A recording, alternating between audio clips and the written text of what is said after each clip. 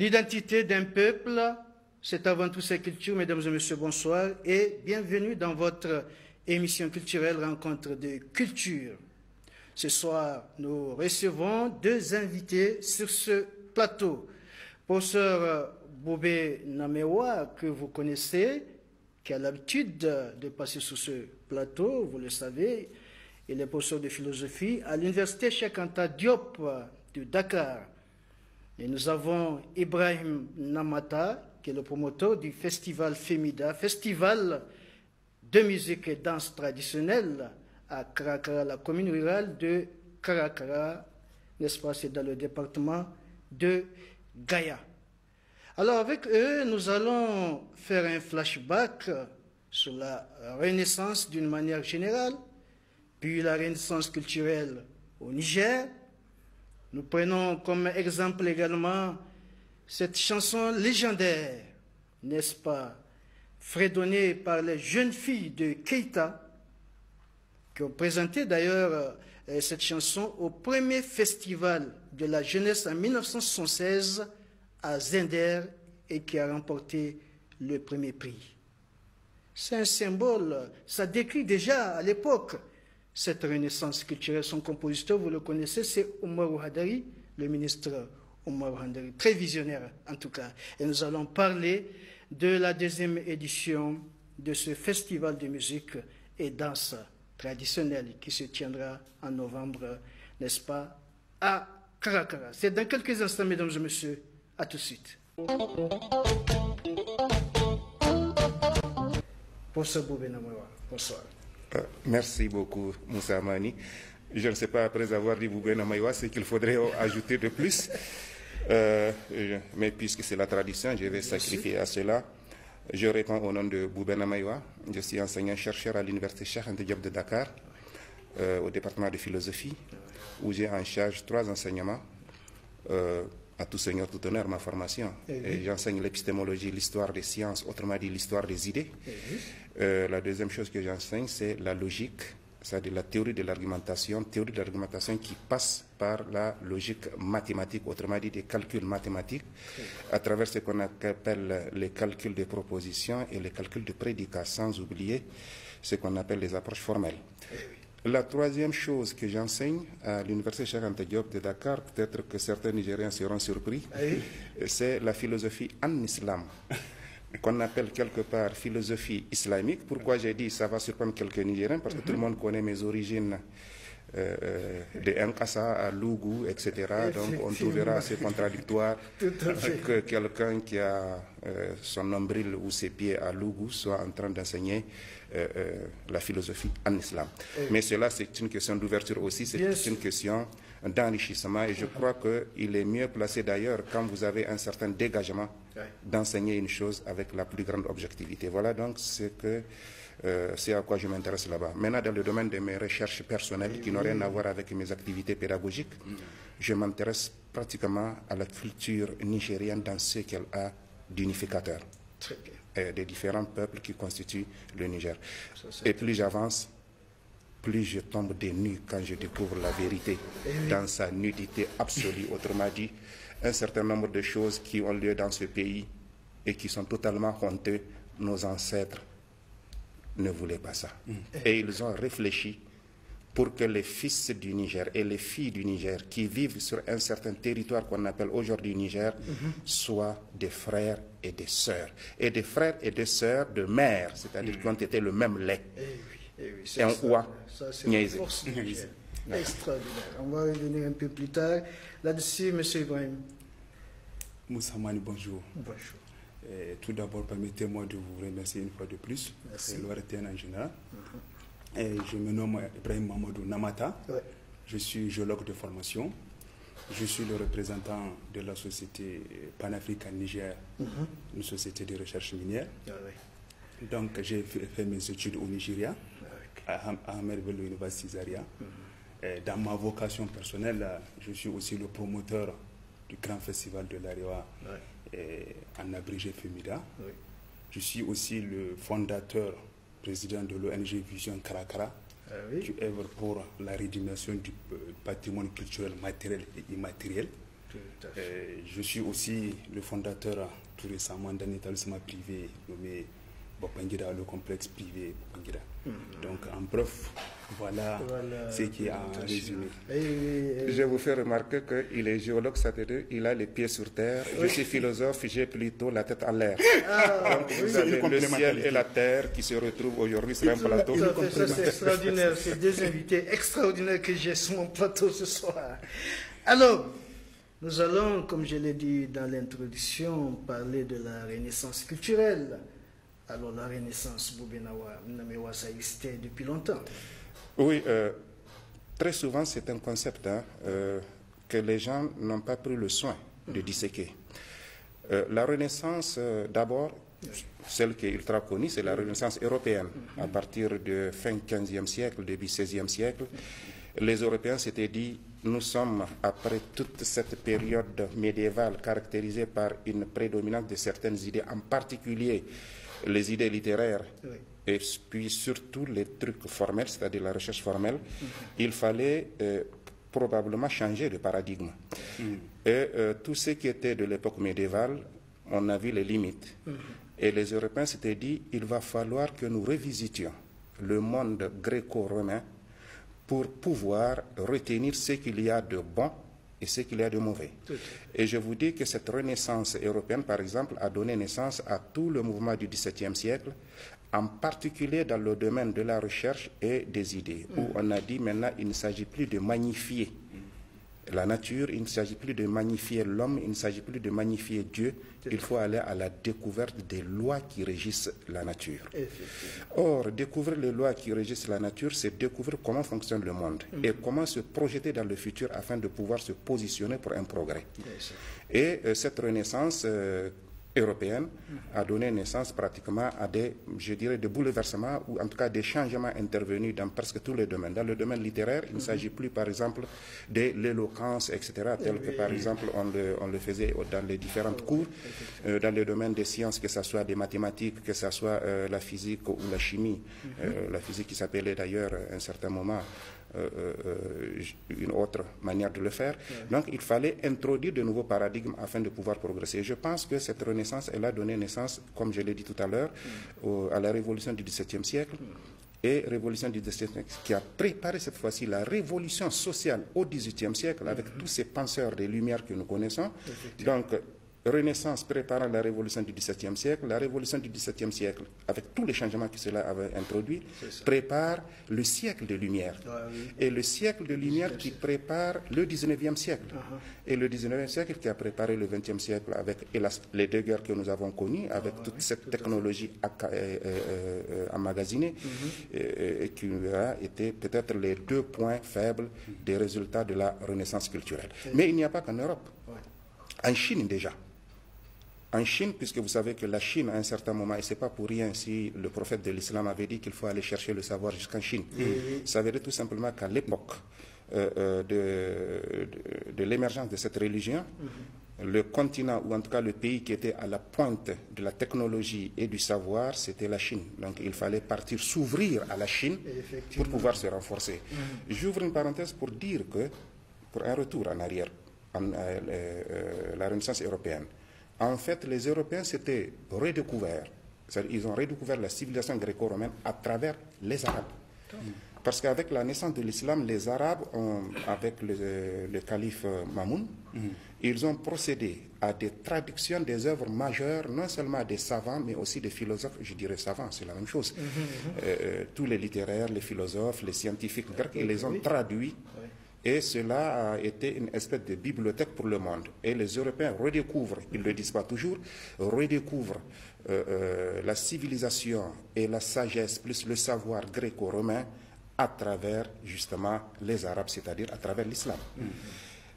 Donc les Chinois ne l'ont pas appelé renaissance culturelle, ils l'ont appelé révolution culturelle. Souvenez-vous, avec le Mao, etc. Et aujourd'hui, si nous prenons ce qui se passe à l'échelle mondiale, pourquoi moi j'ai applaudi à l'idée de la renaissance du Niger? C'est parce que quand je regarde des pays comme la Turquie, tout le monde connaît la puissance de l'Empire byzantin, tout le monde connaît la puissance de l'Empire ottoman. Les Turcs aujourd'hui, ce sont interroger ou réinterroger sur qu'est-ce qui a été à l'origine de cette puissance. Et aujourd'hui, je crois qu'ils sont en train de remonter en surface, au point aujourd'hui de déranger certaines grandes puissances industrielles, etc. Je prends l'Iran actuel. L'Iran doit sa puissance aujourd'hui à un regard rétrospectif qu'ils ont jeté sur la civilisation perse. On le sait, la Perse à l'époque était un empire extraordinaire, concurrent d'ailleurs de l'empire byzantin, mais aussi de l'empire ottoman. Et donc, ils se sont appuyés sur ce qu'on appelle la sagesse des anciens perses, ce qui a donné, par exemple, sur le plan philosophique, ou en tout cas sur le plan des idées, la rencontre de trois instances, à savoir la sagesse des anciens perses, le fait nouveau qui constitue la religion musulmane qu'ils ont adoptée, et la civilisation gréco-romaine qu'ils ont aussi adoptée. Sans oublier les différents apports qu'il y a eu de l'Inde, parce que l'Inde était un continent ou un sous-continent qui était pratiquement très en avance sur les mathématiques, même si leurs mathématiques étaient teintées de quelques aspects mystiques. Et donc, ils ont redécouvert cela, et du point de vue de leur philosophie, c'était ce qu'on a appelé l'Ishraki, c'est-à-dire la philosophie des Lumières. Pas la lumière telle que les Européens le disent. Donc quand les Européens disent lumière, siècle de lumière, etc., mais la notion, ils la doivent pratiquement à des grands penseurs, je dirais, iraniens aujourd'hui, mais perses, ou ouzbeks, puisque l'Ouzbékistan à l'époque était une partie de la Perse, Kazakhstan, etc. Tout ce monde que nous connaissons, les anciennes républiques musulmanes soviétiques, pratiquement étaient des possessions ou en tout cas des territoires de la Perse.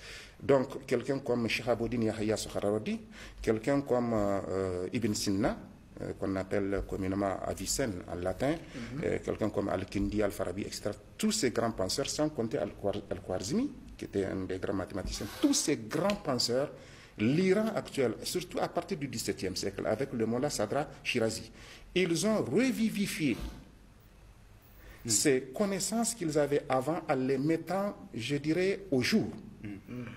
Mais à l'ordre du jour aussi, c'est-à-dire en les améliorant. Quelqu'un comme Al-Ghazali a écrit un très beau texte. Et je parle de Abu Hamid, pas de Ahmed, parce qu'il y a deux Ghazali, les gens les confondent. Je parle de Abu Hamid Al-Ghazali. Il a écrit un texte qui s'appelle Ihya ul-Muddin, c'est-à-dire la revivification des sciences religieuses.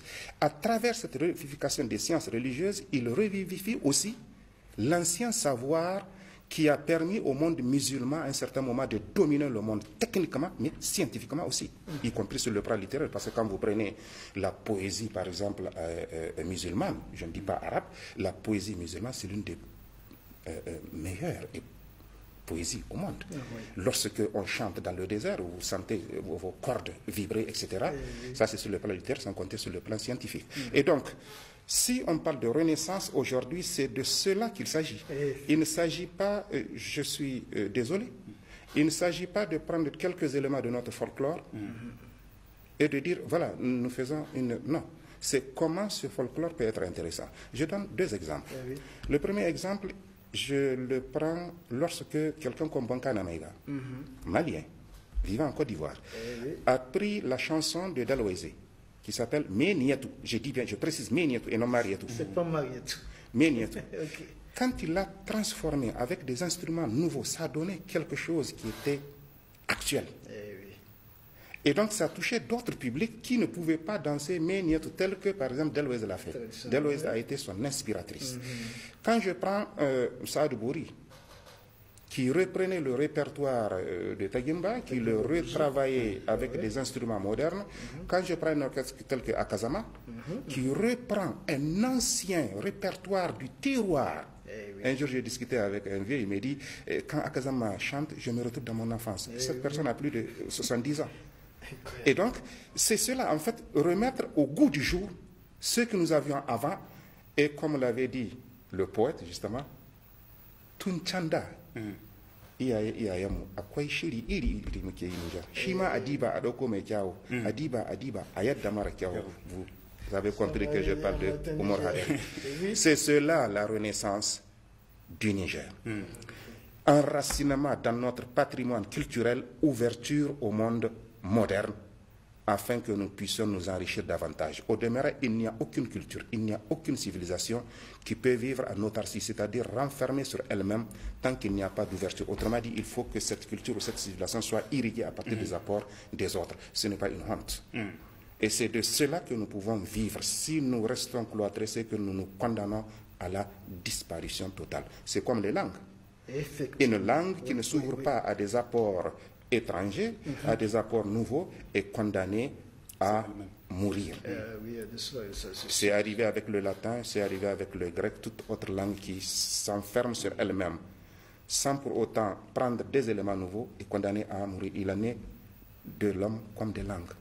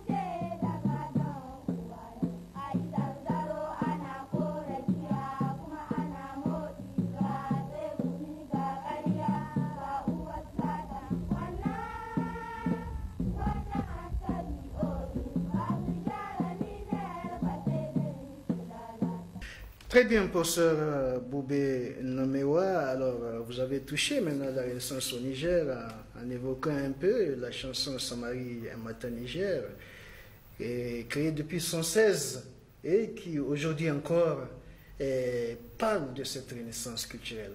Et c'est parce que vraiment toutes ces pratiques culturelles ont disparu que vraiment les autorités actuelles ont jugé nécessaire de revenir à ces valeurs qu'on a vraiment perdu. Et c'est dans ce cas, je remarque que justement, que le FEMIDA est né, n'est-ce pas, la première édition.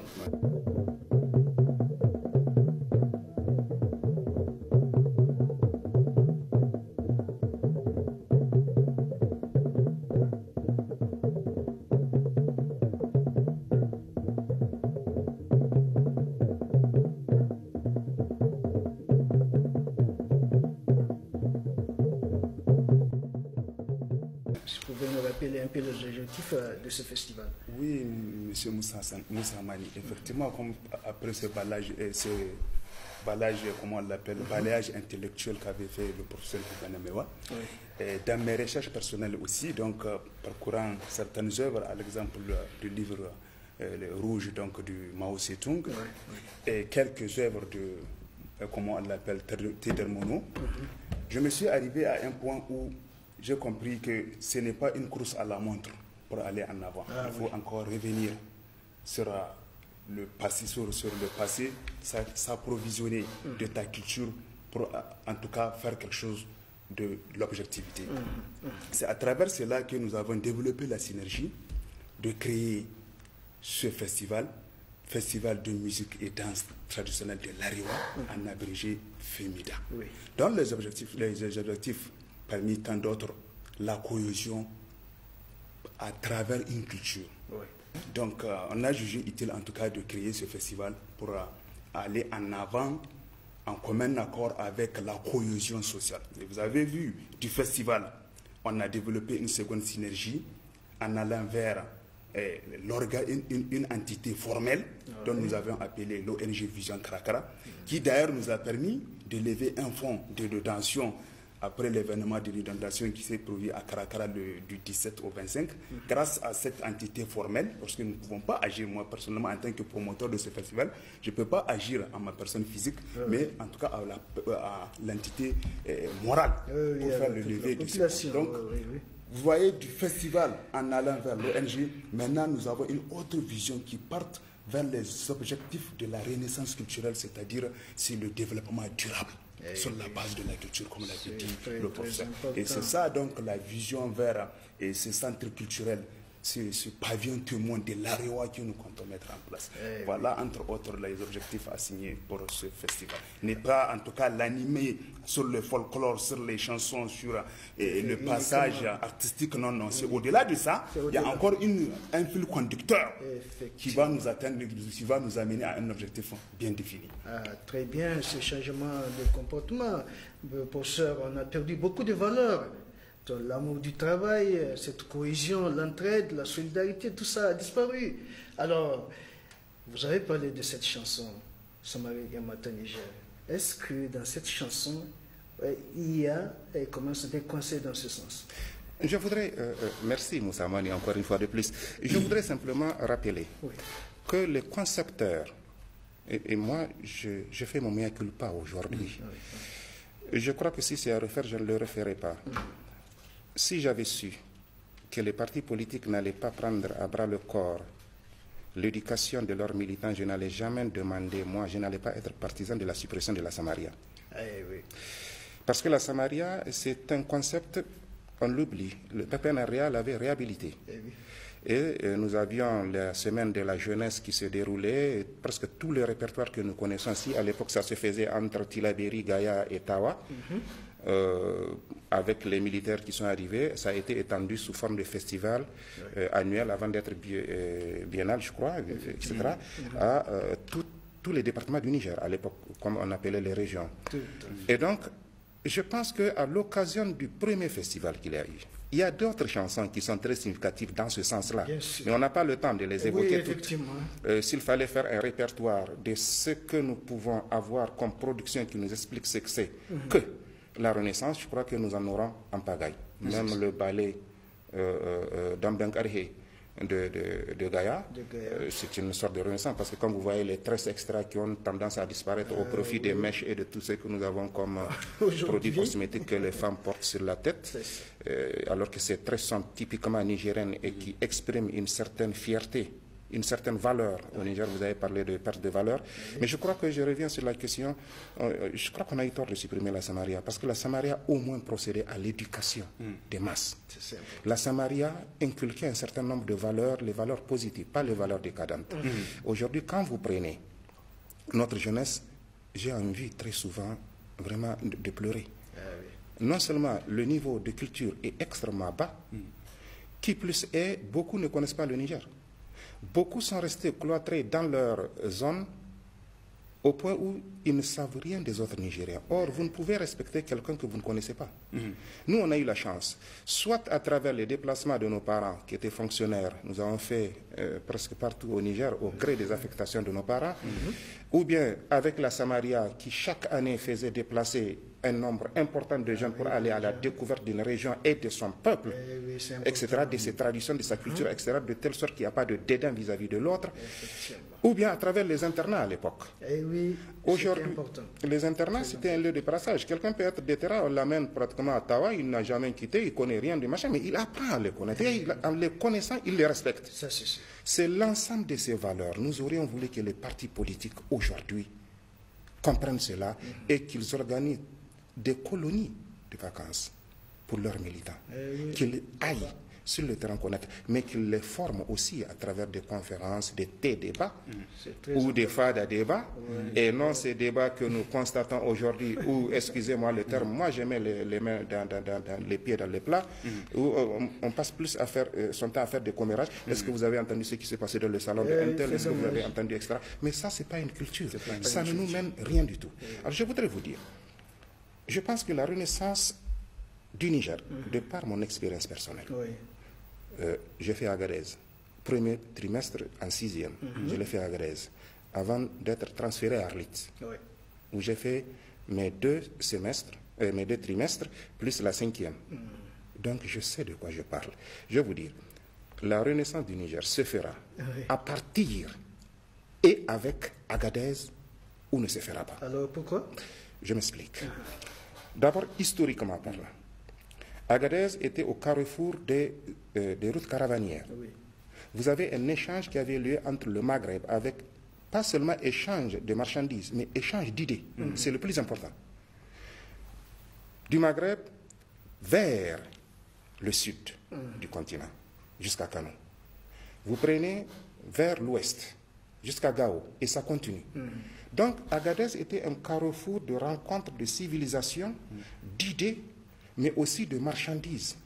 Ce qui explique un peu le caractère, je dirais, espéranto, même de la langue d'Agadez, ce qu'on appelle le Agadez Santi. Souvenez-vous qu'à côté d'Agadez, il y a quand même une ville qu'on appelle Ingal, et qui a un parler à la fois Songoï, Hausa, Tamashek, arabe. Le Tassawak. Mais ce Tassawak est l'expression justement de notre multiculturalisme faisant un. Autrement dit, une diversité regroupée dans un. Or, la ville d'Agadez, c'est cela. Mais regardez la position centrale de la ville d'Agadez par rapport au Niger. Aujourd'hui, je suis désolé. Et lorsque vous parlez de Bilmaou, on a l'impression que ce n'est pas des Nigériens. C'est parce que le centre de décision est loin d'eux. Le deuxième niveau, quand je regarde l'existence des personnes vivant dans Agadez, dans une symbiose, quand je regarde le festival du Bianou, puisque nous avons parlé de ça. Il y a le Bianou, il y a le festival de l'Aïr. Absolument. Donc cette richesse culturelle, la cure salée par exemple, qui est un moment de rencontre, non seulement entre agriculteurs vivant dans les oasis, mais aussi éleveurs. Et quels éleveurs? Vous avez d'un côté les Toubous, vous avez de l'autre, d'un côté vous avez les Toubous, les Arabes, les Touaregs, les Wadabé. Donc il y a plusieurs choses, les idées, la matérialisation, la possibilité de la matérialisation de notre propre sécurité. Il n'y a aucun développement, il n'y a aucune coexistence dans un pays sans sécurité. Or, Agadez devrait être vraiment le centre, le noyau. Et je suis bien placé pour le dire. Si j'avais dit, par exemple, que c'est à partir de Dogondouchi, de Karakara, de Geshem et de Dumega ou de Tchibiri, on va dire que c'est parce que c'est chez moi. Ben non, non, c'est l'objectivité qui me pousse à dire que c'est Agadez, ou c'est avec et à partir d'Agadez ou rien. La leçon est là. Regardez le sultan d'Agadez. Historiquement, il vient d'où? Mais bref, ça veut dire que les conditions subjectives et même objectives sont réunies pour que Agadez soit le centre d'une renaissance culturelle du Niger. Je ne parle même pas des richesses du sous-sol qu'il y a là-bas. Et nous pourrions même en profiter peut-être pour, mettons, déradioactiver la région. Et vous savez très bien qu'avec toutes les vallées et les oasis dans cette région, je crois que du point de vue agricole, du point de vue de l'élevage, puisque moi je pense que notre développement se fera à partir de ces deux mamelles et non à partir du sous-sol, avec de l'eau. Si dans le sous-sol, moi je dois chercher quelque chose, c'est de l'eau que je dois chercher. Mais mon sol me suffit pour pouvoir impulser un progrès pour ces pays. Eh oui, Agadez, un véritable site historique et culturel. Il y a aussi la vieille ville d'Agadez, le centre historique d'Agadez, qui a été inscrit au patrimoine mondial. C'est de ça que je parle quand je dis historiquement. Quand je dis historiquement, Agadez est très bien placé. Je n'entrerai pas dans la querelle qui consiste à dire qui a fondé Agadez. J'ose croire que ce ne sont pas comme les Gobirawa. Ils n'ont jamais été assez intelligents pour fonder quoi que ce soit, sauf leurs qualifications. Mais enfin, ce qui est certain, c'est que quand même, de par son histoire riche, de par sa culture, de par sa richesse du sol et du sous-sol, de par l'ouverture d'esprit qui caractérise les gens d'Agadez, je pense que c'est là-bas que nous devrons aller puiser l'âme de ce qui va constituer, si vous voulez, le levain de notre progrès. Il nous donne des leçons. En tout cas, c'est une très belle réflexion, professeur Boubé Nomewa. Vous n'avez pas répondu à ma question sur Somalie et Mata Niger. C'est vrai, je suis allé dans des grandes envolées lyriques. Lorsque vous prenez cette chanson, et je crois que l'un des meilleurs poètes que nous avons dans ce pays, c'est bel et bien Omar Hadari. Il a attiré notre attention. J'avais commencé à le dire tout à l'heure. Rien que cette strophe résume l'idée de renaissance culturelle. Tunchanda uwayamu akwai abu iri muke yi kasar tamu. Shi ma adiba a ɗauko mai kyawu, adiba a yada mara kyawu.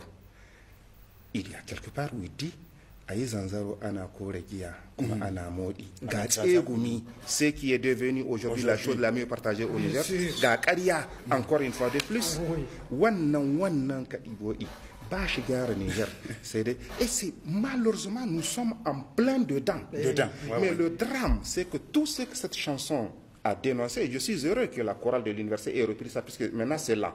Le Niger a un problème d'écoute. Oui, effectivement. Il suit la mélodie plutôt que les propos du poème. Et donc, aujourd'hui que la chorale a repris ça, doucement, doucement, je crois que les Nigériens vont écouter attentivement ce qui est dit.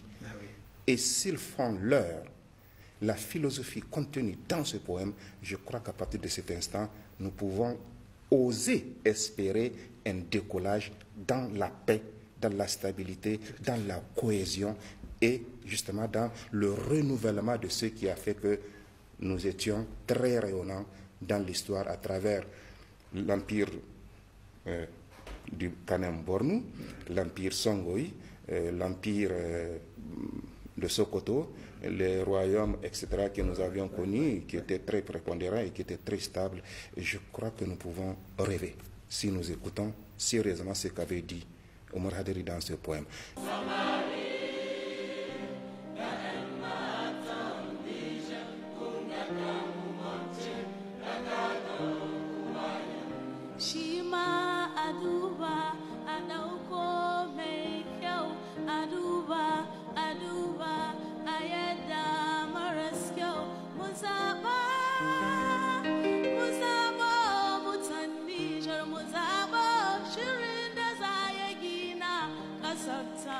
Ce chant a remporté le premier prix et était devenu depuis lors l'hymne national de la jeunesse. Est-ce que vous avez parlé de valeurs qui sont en train de disparaître, les valeurs de solidarité, est-ce que vous savez que la parenté plaisante, telle que j'appelle ce que les gens appellent, c'est justement une des valeurs que nous devons sauvegarder. Pourquoi?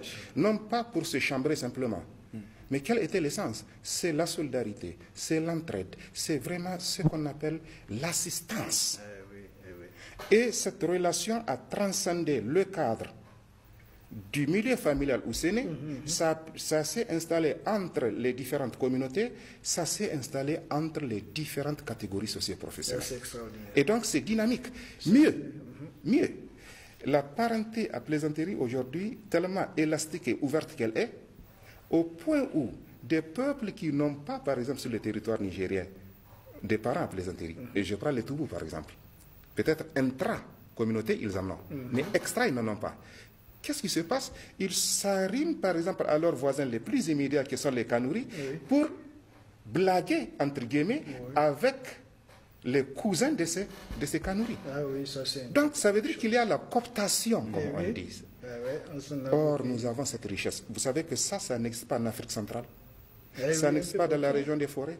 Ça n'existe pas chez les Arabes. C'est une spécificité du Sahel et de la savane.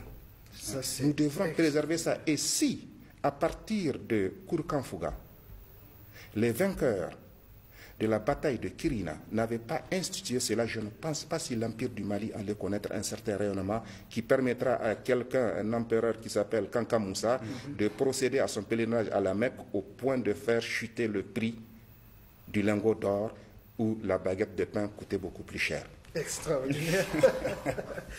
Encore une fois, vraiment, cette pratique culturelle aussi est inscrite au patrimoine mondial de l'UNESCO. En tout cas, c'est une fierté pour le Niger. Alors, on va remercier également Omar Haderi pour cette vision. Absolument. Absolument, la chorale universitaire qui a repris, n'est-ce pas, cette chanson. Absolument. Je crois que nous avons beaucoup d'artistes à remercier dans ce pays. Malheureusement, on ne les écoute pas. Je vous ai dit que le Niger a un problème d'écoute. Tout comme il a un problème de lecture, d'ailleurs. Je ne suis pas sûr si aujourd'hui les Nigériens connaissent de plus en plus les limites de notre pays. Nous, quand on était petits, on nous apprenait ce qu'on appelait communément 13 Amis Bororo, LR 16 Bouriko. Et on se retrouvait avec 1 287 000 km². Il y a un calcul qu'il faut faire. C'est extraordinaire. Entre 13 Amis Bororo, c'est historique. C'est historique, c'est historique. Ok, nous allons poursuivre, nous allons revenir à Ibrahim. Nous avons parlé de la première édition du FEMIDA. Vous avez rappelé les objectifs. Nous aurons la deuxième édition cette année. Ça va se tenir dans quelle période? Normalement, c'est du 28 au 30 novembre, s'il plaît à Dieu. Ah, très bien. Alors, quel est le thème de cette deuxième édition? C'est la culture comme vecteur du développement durable. Ah oui, alors comme l'année dernière, c'est toujours à Krakra, les mêmes invités. Vous savez, c'est-à-dire qu'il faut mûrir l'idée, il faut mûrir. C'est-à-dire la thématique. Dans un milieu d'abord que tu connais, que tu peux maîtriser faire, c'est comme une sensibilisation. Bien sûr, ce qui fait que même cette année, ça va se passer à Karakara. L'année passée, il y a eu beaucoup de participants, n'est-ce pas, de l'Arewa, il y a eu même des invités du pays voisin du Nigeria. Cette année, effectivement, nous avions travaillé sur la qualité du spectacle, sur la qualité des chansons, sur le message que comment on l'appelle, la chanson porte d'abord à la communauté, pour faire une sélection des participants. C'est-à-dire les participants, c'est toujours la grande majorité, les artistes d'abord du Dalol Maori, donc pour faire l'étalage de leur culture à travers des défilés, à travers la foire, pour exposer tout ce que nous avions comme nos culinaires, c'est-à-dire nos mets traditionnels, c'est-à-dire les produits agro-silvopastoraux, si nous pouvons le dire ainsi. Mais aussi, nous avions invité d'autres partenaires pour pouvoir partager l'expérience avec les parents. N'oubliez pas aussi, Bouganemewa le sait très bien, donc la communauté maori qui se trouve actuellement au Nigeria, en tout cas, elle est plus ou moins plus large que celle qui se trouve sur le territoire du Niger. Donc, au-delà du Niger, du Dalol Maori, il y a les participants, il y a des autres artistes du Nigeria qui sont invités. Oui, certainement cette année, il y aura des particularités. Est-ce qu'il y a des innovations? Oui, monsieur Moussa Mani. Au-delà de comment on l'appelle, de ce que vous avez vu l'année dernière, donc nous sommes passés cette fois-ci du défilé vers la mise en scène de certaines pratiques culturelles qui sont conservatrices du monde de l'identité de l'Arewa. À l'exemple, le Gaïa. Ah oui, Gaïa, le Bogu. Bogu, par exemple, ou Gaïa, quand vous comprenez, avec sa valeur cardinale, elle est en train de se dégrader. Aujourd'hui, quand tu appelles par définition le travail collectif, nous allons le matérialiser, nous allons mettre une scène pour pouvoir documenter cette pratique, c'est-à-dire en enrichissant cette mission pédagogique, en enseignant aux élèves, c'est-à-dire l'importance de la solidarité, l'importance de ce travail collectif et l'envie de partager le savoir et le bien-être avec la communauté. C'est-à-dire c'est quoi? Il y a un de nos parents, c'est-à-dire l'autre, comment on l'appelle, Maman Sofobawa, que je compte de la même manière que Boubenamewa. Ils vont travailler ensemble sur la thématique, c'est-à-dire le concept orogénique de Gaïa dans l'Arewa, pour qu'on mette une scène identique à cela. Donc on va préparer, on va mettre en place, c'est-à-dire tout ce qu'il faut, les nécessaires. D'ailleurs même, l'occasion s'est présentée avec ce triste événement d'abord que nous comptons mettre en valeur pour mettre d'autres innovations, c'est-à-dire l'événement de l'inondation qui a presque balayé une partie du village. Cette fois-ci, qu'est-ce que nous allons faire? Il y a des murs qui sont tombés. Donc on va préparer les briques en matière, comment on l'appelle, en terre, en argile, tout ça, mettre tout un système prêt, opérationnel, pour mettre la scène de Gaïa en valeur. Tout le monde va mettre la main dans la pâte, comme on le dit, et ils vont décrire carrément c'est quoi le Gaïa dans son contexte originel du Dalol Maori. De l'autre côté encore, nous comptons mettre en scène le passage, parce que si vous vous rappelez, la deuxième édition, il y avait eu des visites Didier du moins l'excursion sur le site, là où il y avait eu la bataille d'Albouri. D'ailleurs, Albouri, vous le savez, c'est lui qui avait déroué, ou bien comment on l'appelle, tué Issa Korombe à Bumba. Donc lui-même avait trouvé la mort à Karakara, plus précisément à Koudrou. Donc nous voulons mettre en scène, c'est-à-dire cette cavalerie guerrière de l'Arewa, à travers cette stratégie qu'ils ont toujours adoptée, c'est-à-dire le contemporain. Le contemporain, c'est une stratégie encore embuscade. L'autre en étant plus fort, plus, comment on l'appelle, outillé que toi, mais à travers cette stratégie, vous pouvez comment on l'appelle, c'est une stratégie du combat. Donc nous voulons mettre cette scène avec quelques chevaux et on va en tout cas mettre la scène. Ah oui, l'année dernière, c'était une véritable réussite en tant que première édition. Oui. Alors, vous avez du boulot. Est-ce que vous comptez réitérer cet espoir de l'année dernière? Mais ça, c'est-à-dire, vous savez, on dit, comment on l'appelle, le stupide et ce qui n'a pas été essayé. Quand tu essaies quelque chose, d'ores et déjà, vous avez l'expérience, comment vous allez le faire.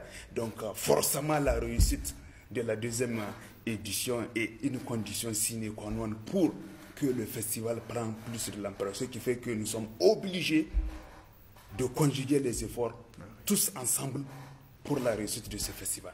Alors, professeur Boubenamaya, vous êtes de l'Arewa aussi. L'Arewa a beaucoup de potentialités culturelles. Alors, une des innovations qui vient de nous en parler tout à l'heure, le Gaïa, ça veut dire quelque chose. Absolument. Il y a deux à trois dimensions dans le Gaïa. La première dimension, c'est la notion d'entraide et de solidarité. À quelle occasion il y a le Gaïa? C'est quand quelqu'un, par exemple, pendant l'hivernage, pendant les travaux champêtres, tombe malade. La communauté s'organise pour aller travailler à sa place. C'est-à-dire l'aider à cultiver son champ, sans rien demander. La deuxième, c'est une tradition qui consiste, lorsque vous courtisez une fille, dans une famille bien déterminée, à une période à laquelle vous êtes obligé de rassembler vos amis et d'aller travailler dans le champ de vos beaux-parents, ou dans l'un, en tout cas, de vos beaux-parents, ou celui qui aurait fait la demande sous le couvert de la parenté qu'il a avec votre future épouse. La troisième dimension, c'est ce qu'on appelle le damaye. Et là, c'est, je crois, le sens dans lequel ils sont en train d'aller. Le damaye, ça veut dire qu'on vient toute la journée, on travaille dans un champ collectif qui n'appartient à personne, qui est une sorte de champ réserve. L'usufruit de ce champ sera stocké dans un grenier et il servira au moment, lorsqu'il y aura une famine ou lorsque quelqu'un aura épuisé ses réserves, il viendra emprunter là, à charge pour lui de rembourser.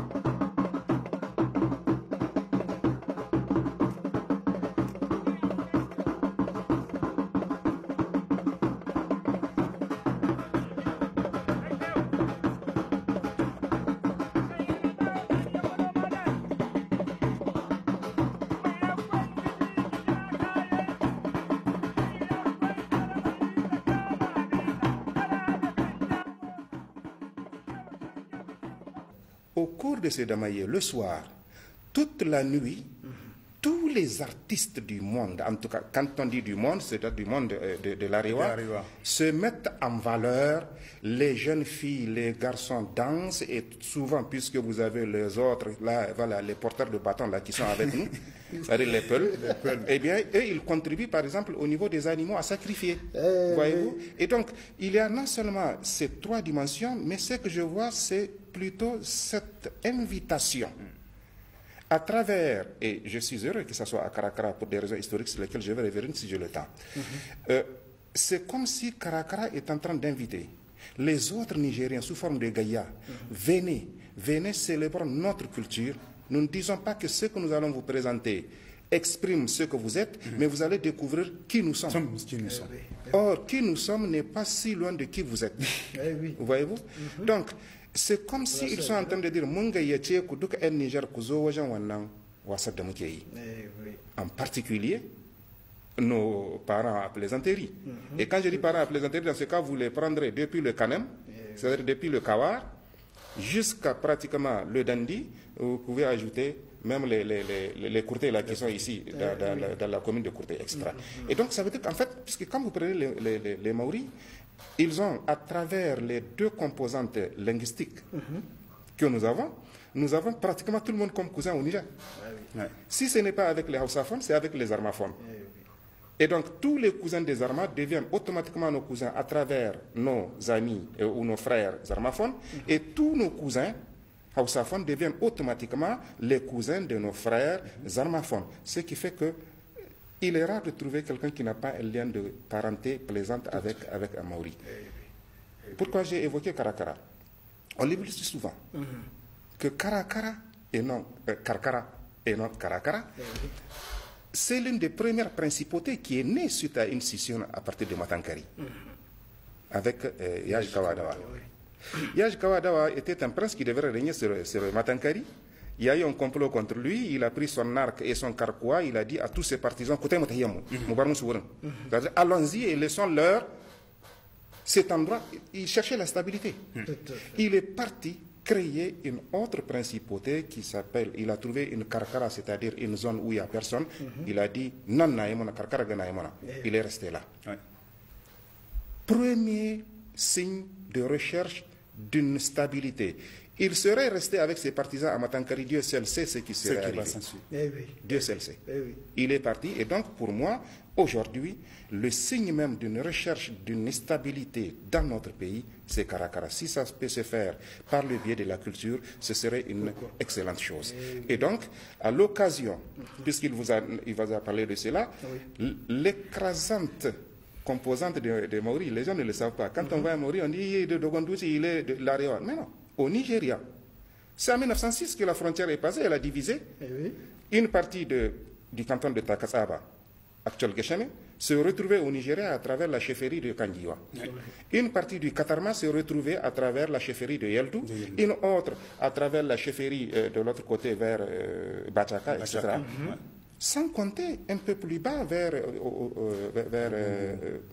Argumbe. Et donc, nous sommes extrêmement nombreux au Nigeria. Il ne faut pas que les Nigériens se disent qu'il n'y a qu'au Niger où il y a des Maoris. C'est des histoires, il y en a au Nigeria. C'est vrai, leur origine, c'est au Niger. Et au-delà de cette origine-là, c'est Birninga-Zargamou. Mais enfin, on n'ira pas jusque-là. Quand les Kanouris vont aller chercher leur origine au Yémen, nous, ils vont nous laisser au bord du lac Tchad. On n'ira pas avec eux, ils n'ont qu'à continuer. Mais enfin, ce que je voudrais faire comprendre, c'est que la place prépondérante qu'occupe Karakara dans le sens d'une invitation. Regardez, vous avez les Dandis qui sont là à côté. Vous avez les Zarma qui sont de ce côté. Vous avez les Hausa qui sont de ce côté. Vous avez les Kabawa qui vont venir du Niger. Autrement dit, la position centrale de Karakara fait que c'est un bon lieu pour une rencontre culturelle entre les peuples du Niger.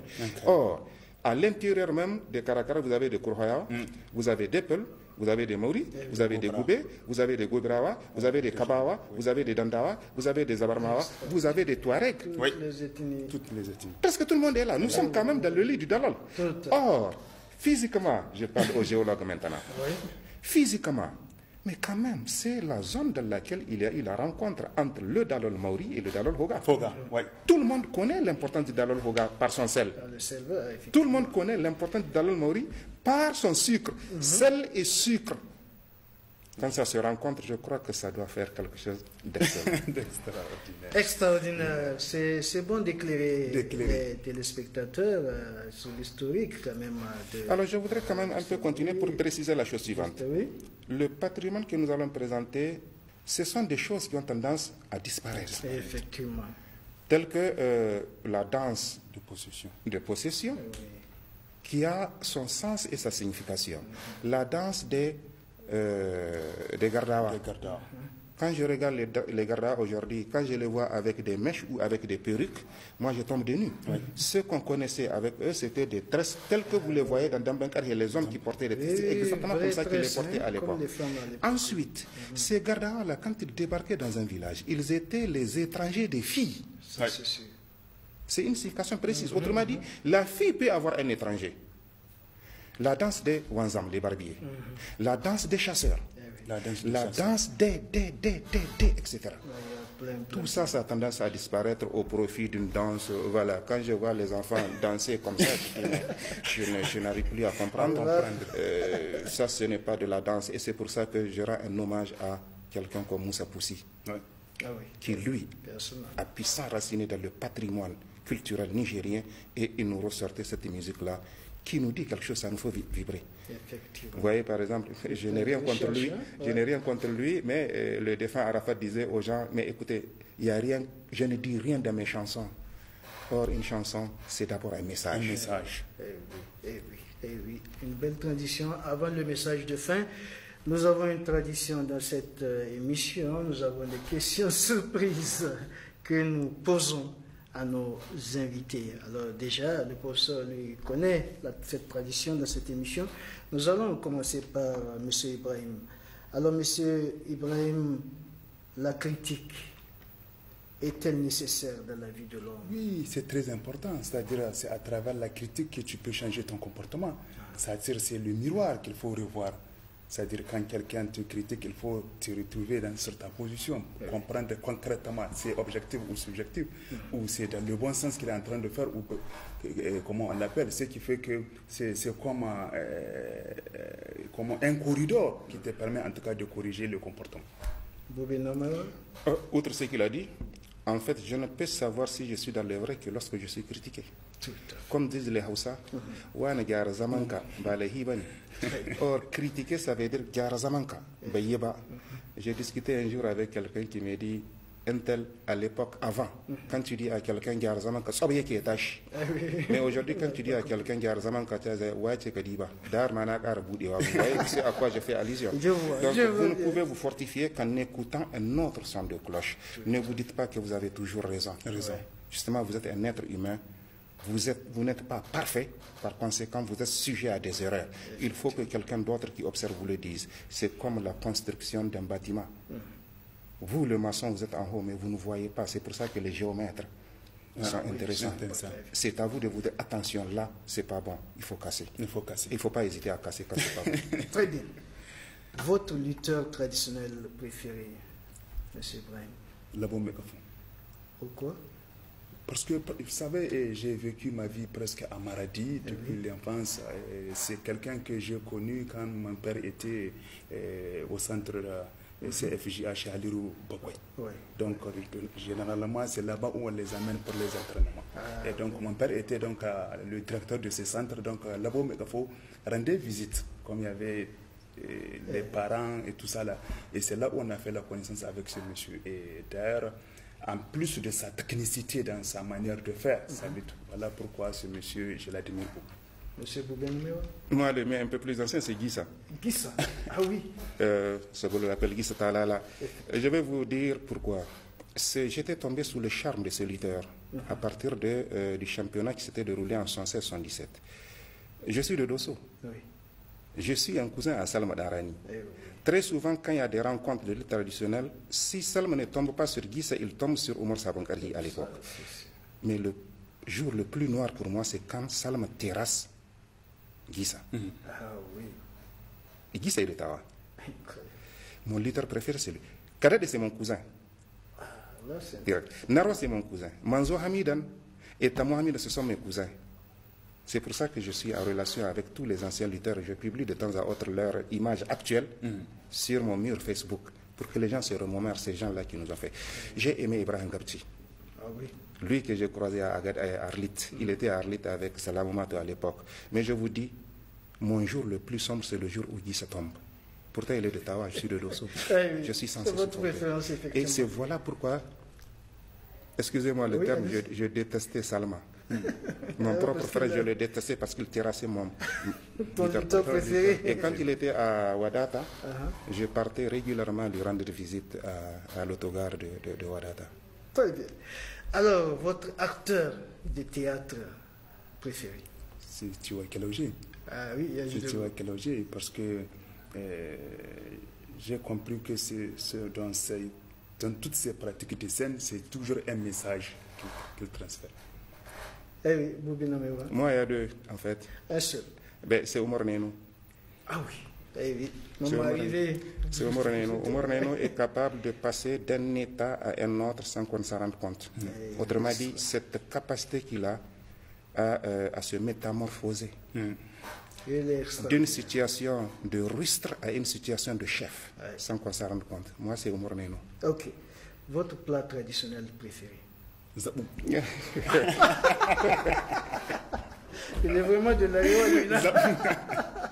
C'est le même que j'ai. C'est le même. Il l'a dit.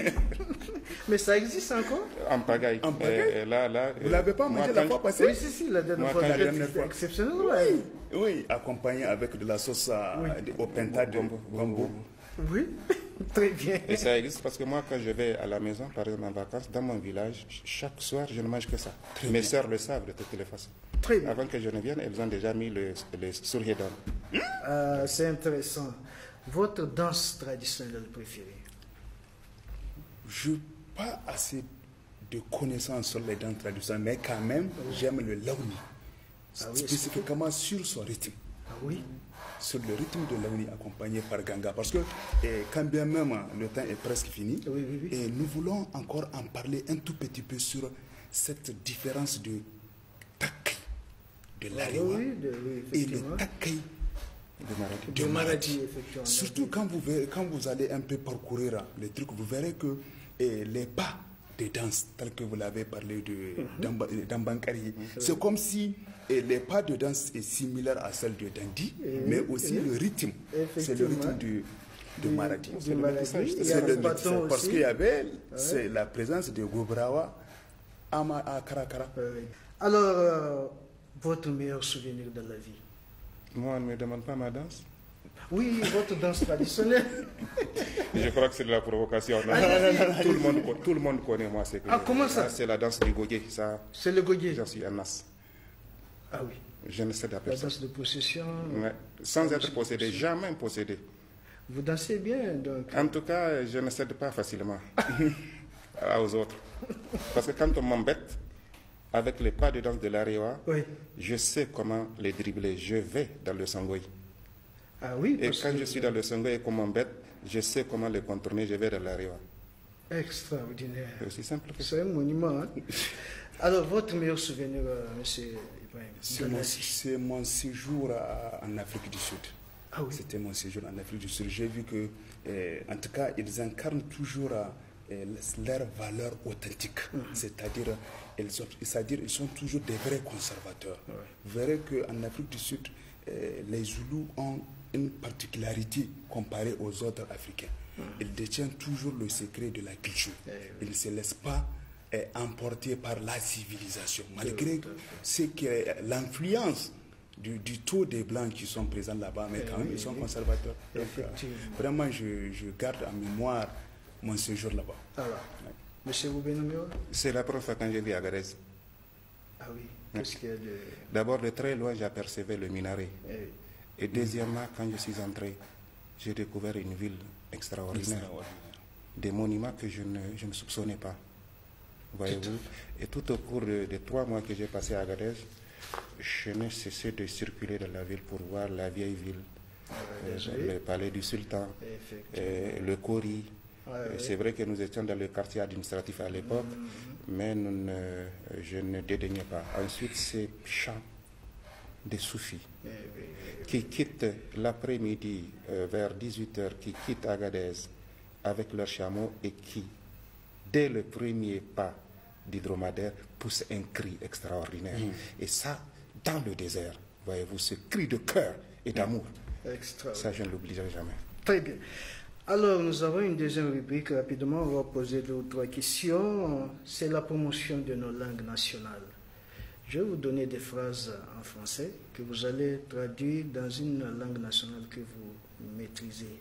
Vous choisissez quelle langue nationale? Hausa. Hausa. Monsieur Gouvernement, vous choisissez quelle langue nationale? Je ne choisirai pas quand même le Kanouri, puisque j'impose le Jarma. Le Hausa? Non, la dernière fois, il a pris le Jarma. Je prends le Hausa. Le Hausa, très bien. Alors, l'héritage. Gadou. Le lit. Gadou. Une culotte. Koutega. J'étais sûr qu'il allait dire ça. Une valise. Sakoshi. Valise. C'est ça, Sakoshi. Parce que la tradition n'a pas ça, mais c'est un mot emporté. Sakoshi, c'est Sakot. C'est la valise. J'aurais pris plutôt Matanhwada. Ah bon? Ou Taskira. Très bien. Parce que Taskira, c'est en feuille de dumier. Très bien. Qu'on ferme sous forme de coffret. Et c'est là que les gens emmagasinaient leurs habits. Très bien. Maintenant, quand on voyage, là, vous mettez vos habits dedans, ou bien on peut dire aussi Koubaka. Ok, très bien. Alors, Monsieur Boubé, la barbe. Gem ou Gemi. C'est dépend. Ok. Les moustaches. Gashumbaki. Les favoris. Le sage. Le chasseur. Mahalbi. La lance. Machi. Le sabre. Tapobi. Attention, c'est un mot touareg. Oui, ça peut passer. Oui. L'arc. Baka. En fait, c'est parce que je m'y attendais. Là, il m'a dribblé. La flèche. Kipia. Le bouclier. Je ne sais pas. Ngarkwa. Ngarkwa. Une phrase. Monsieur Ibrahim, le fils de Gado a reçu un lit en guise d'héritage. Dan Gado ya samu gado a kambacin mi ake cewa abin ganshi gadon shi. La même phrase. Dan Gado ya gadi gado. Vous voyez? Très bien. Ok. Ce chasseur armé de flèches, de sabres et de lances a tué l'an dernier un lion féroce. Wannan mahalbin wanda ke da garkuwa kibiya da mashi ya kashe zaki, ya kashe mahaukacin zaki. La même phrase. Badaje ya yi aiki ne zuwa ga Mazuru. Badaje ya yi aiki ne zuwa ga Mazuru. C'est le lion qui est Mazuru? Oui, bien sûr. Les chasseurs n'appellent jamais le lion par ce nom-là que vous avez donné. On l'appelle Mazuru pour le minimiser. Et Badaje, c'est le chasseur d'une manière générale. Donc, qu'il ait fait son travail, cela suppose tout simplement qu'il est armé de tout ce que vous avez dit. Tout à fait. Une phrase toujours Boubé. Ce gaillard chauve a peur d'une souris. Kolon katon ga tsoron birgiro. Katon kolon ga tsoron birgiro. Katon ga mai kolo tsoron.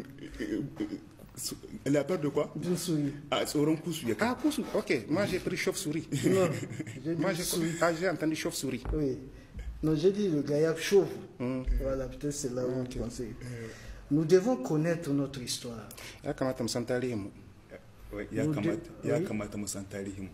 Nous devons connaître notre culture. Bien, une dernière phrase. Vouloir, c'est pouvoir. Parce que, attention, là, les proverbes ne se traduisent pas au fond. Il faut chercher toujours un équivalent dans la langue en question. C'est le génie de la langue. Alors, vouloir, c'est pouvoir. Je crois qu'on peut traduire ça par Wande et Ayahuta. Mais si je traduis ça mot à mot, je ne pense pas qu'il puisse exister un proverbe comme ça dans la langue Hausa que nous avons. D'accord, c'est une tentative. Petit à petit, l'oiseau fait son nid. Très bien. Merci, chers invités, d'être là. En tout cas, nos langues nationales, il faut les promouvoir. C'est très important, on en a parlé tout à l'heure. C'est vraiment très, très important. Alors, avant de nous quitter, Monsieur Ibrahim, vos messages, la deuxième édition du festival, c'est pour bientôt. Alors, quel message vous avez à prodiguer? Le message, c'est l'appel, comme l'avait dit le professeur Obenamewa, donc au rendez-vous. Nous invitons en tout cas presque tout le monde, les autorités. Il faut que les gens comprennent que FEMIDA, c'est comme un cultural indaba. C'est-à-dire c'est un podium, c'est-à-dire c'est une foire là où tu peux venir, tu achètes et tu vas. Acheter, c'est quoi? Donc tu vas découvrir des cultures, tu vas découvrir une culture dont tu ne connais pas. Vendre aussi, c'est-à-dire c'est le comportement. Effectivement. L'enrichissement mutuel. Votre message, frère? Moi, je voudrais surtout attirer l'attention de la jeunesse nigérienne. Il ne sert à rien aujourd'hui de se confiner sur des trucs, les réseaux sociaux, WhatsApp, Facebook, en train de s'insulter. Il faut lire. Encore une fois de plus. Aucune partie intellectuelle ne saurait justifier aujourd'hui la situation dans laquelle nous sommes.